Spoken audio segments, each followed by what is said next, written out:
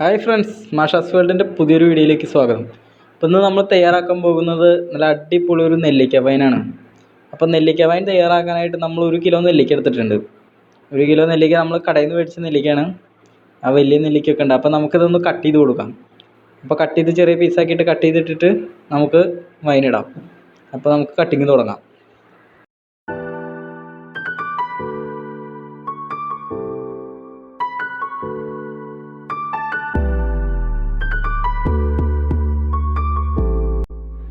അപ്പോൾ ഫ്രണ്ട്സ്, നമ്മുടെ നെല്ലിക്ക എല്ലാം കട്ട് ചെയ്ത് കഴിഞ്ഞിട്ടുണ്ട്. ഒക്കെ ഒരുവിധം കട്ട് ചെയ്ത് പീസാക്കി ഇട്ടിട്ടുണ്ട്. ഇനി ഇത് നമുക്ക് അടുത്തത് എന്തൊക്കെ സാധനങ്ങൾ വേണമെന്ന് നമുക്കൊന്ന് നോക്കാം. ഓക്കെ, ചെറിയ ചെറിയ പീസാക്കി എടുത്തിട്ടുണ്ട്. ഒരു ഒക്കെ കൂടിയിട്ടാണ് ഇടുന്നത്, ഒരു മാറ്റണമൊന്നുമില്ല. അപ്പോൾ ഇനി നമ്മളതിനൊക്കെയായിട്ട് ഒരു 1/2 കിലോ ശർക്കരയാണ് എടുത്തിട്ടുള്ളത്. ശർക്കര പറയുമ്പോൾ ഒരു ഉണ്ടവെല്ലം പോലത്തെ ഒരു ശർക്കരയാണ്. അത് 1/2 കിലോയുടെ ഒരു പാക്കാണ്. ഭയങ്കര മധുരമാണ്. 1 കിലോയ്ക്ക് 1 കിലോ ഒന്നും വേണ്ട, ഇതിന് 1/2 കിലോ മതി.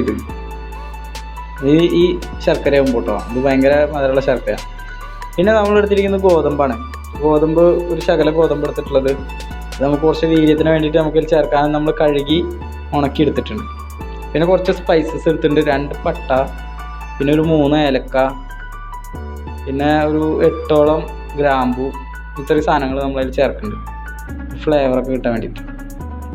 പിന്നെ നമ്മൾ കഴുകി വൃത്തിയാക്കിയ ഭരണി എടുത്തിട്ടുണ്ട്. അപ്പോൾ ഭരണി നല്ല കഴുകി വൃത്തിയാക്കിയതിന് ശേഷം ഉണക്കി ഒരു തരി ജലാംശം ഇല്ലാണ്ടാക്കി എടുക്കണം. നല്ല വൃത്തിയാക്കി എടുക്കണം.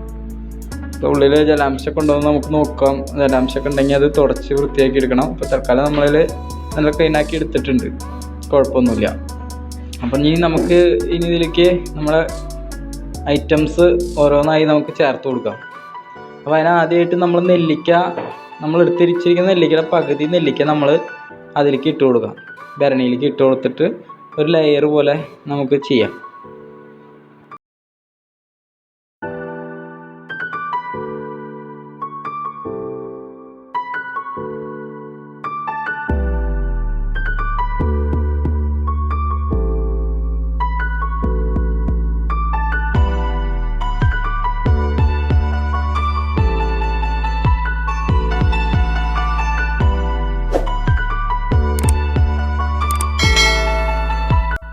അപ്പോൾ ഇനി നമുക്ക് ശർക്കര ചേർത്ത് കൊടുക്കാം.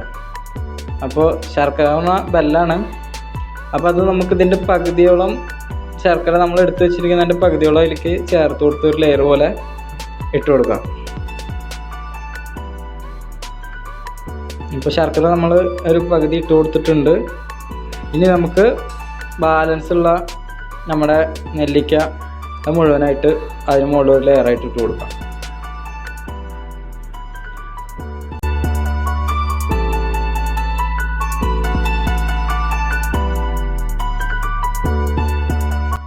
അപ്പോൾ ബാലൻസ് നെല്ലിക്കൊക്കെ അത് ഇട്ട് കൊടുത്തിട്ട് നമ്മൾ ലെയറാക്കിയിട്ടുണ്ട്. ഇനി ബാലൻസ് ശർക്കര ഉള്ളത് മുഴുവനായിട്ട് അതിൻ്റെ മുകളിലേക്ക് ഒരു മൊത്തമായിട്ട് ഇട്ട് കൊടുക്കാം. അതൊന്നങ്ങനെ പരത്തി എല്ലാ ഭാഗത്തേക്ക് എത്തുന്ന പോലെ ഒന്ന് ആക്കി കൊടുക്കാം. എന്നിട്ട് കൈകൊണ്ട്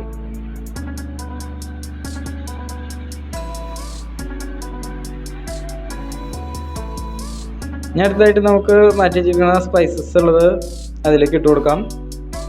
സ്പൈസസ് ഇട്ട് കൊടുത്തു കഴിഞ്ഞാൽ നമുക്ക് നമ്മുടെ ഗോതമ്പ് മാറ്റി വെച്ചിരിക്കുന്നത് അതിലേക്ക് ഇട്ട് കൊടുക്കാം.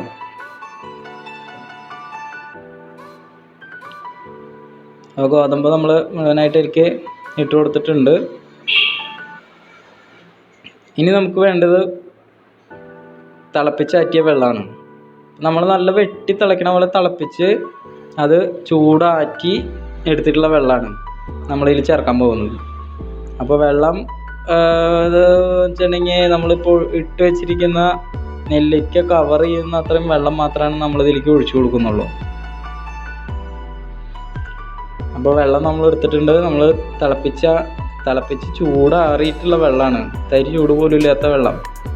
അപ്പോൾ അത് ശ്രദ്ധിക്കണം, അങ്ങനെ വേണം ഒഴിച്ചു കൊടുക്കാനായിട്ട്. അപ്പോൾ നമ്മൾ വെള്ളം അതിലേക്ക് ഒഴിച്ചു കൊടുക്കണം. അപ്പോൾ കറക്റ്റ് ഇതപ്പോൾ നമ്മൾ ഇട്ടിരിക്കുന്ന ആ ഇത് പൊന്തി കിടക്കുന്ന അത്രയും വെള്ളം നമ്മളതിൽ ഒഴിച്ചു കൊടുത്തിട്ടുള്ളത്. അപ്പോൾ ഓവറായിട്ട് വെള്ളം ഒഴിച്ചു കൊടുക്കാം, കൂടുതൽ വേണമെന്നുള്ളത് കൂടുതൽ ഒഴിച്ചു കൊടുക്കാം, അല്ലാത്തവർക്ക് അത്ര ഒഴിച്ചാൽ മതി. നമ്മളിപ്പോൾ ഇത് കറക്റ്റ് അളവിലാകുമ്പോൾ കറക്റ്റ് അതിൻ്റെ ഒരു ഇത് കിട്ടുക, നല്ല ടേസ്റ്റും അതിൻ്റെ ഇതൊക്കെ കിട്ടുക. ഒരുപാട് വെള്ളം ഒഴിച്ച് കൊടുത്തു കഴിഞ്ഞിട്ടുണ്ടെങ്കിൽ അത് ഭയങ്കര കട്ടി കുറഞ്ഞിട്ടായിരിക്കുക, അപ്പോൾ അതിന് ടേസ്റ്റ് എയിമാവില്ല. അപ്പോൾ നമ്മൾ അതിൻ്റെ കറക്റ്റ് അളവിനുള്ള വെള്ളം മാത്രമാണ് അതിൽ ഒഴിച്ചു കൊടുത്തിട്ടുള്ളത്. അത് മുങ്ങി കിടക്കാനുള്ളൊരു വെള്ളം. ഇനി നമുക്ക് ഭരണി ഒന്ന് ചുറ്റി ഇളക്കി കൊടുക്കാം. ഇനി ഇതൊരു അടപ്പ് വെച്ചിട്ട് നമ്മൾ അടച്ച് ഒരു തുണി കൊണ്ട് ഇതിൻ്റെ മുകൾ ഭാഗം നല്ല പോലെ കവർ ചെയ്ത് അടച്ചു കൊടുക്കുകയാണ്.